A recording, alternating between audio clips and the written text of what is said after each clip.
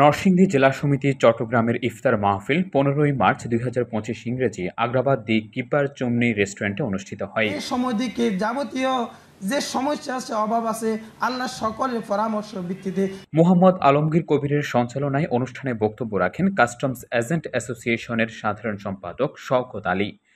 জনগণের সম্পদ যেখানে আছে সেই সম্পদ রক্ষার জন্য এবং সেই সম্পদ যাতে পাহারাদার হিসেবে আমরা থাকতে পারি, এবং আমরা চাই বিগত ৩০ থেকে ৪০ বছর এক একজন জায়গা দখল করে রেখেছে, নিজেদের রাজত্ব কায়েম করেছে।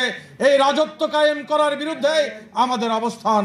আমরা আগামী দিনে আগামী প্রজন্মের জন্য একটি উন্মুক্ত পথ তৈরি করে দেওয়ার জন্য আমাদের আগমন।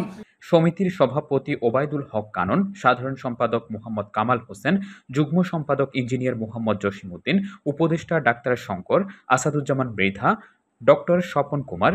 এছাড়াও উপস্থিত ছিলেন নরসিংদী জেলা সমিতির কার্যনির্বাহী কমিটির সদস্য, আজীবন সদস্যবৃন্দ এবং সাধারণ সদস্যবৃন্দ। চট্টগ্রামে বসবাসরত বিভিন্ন শ্রেণী পেশার মানুষের একটি বিরাট অংশ এতে অংশগ্রহণ করে।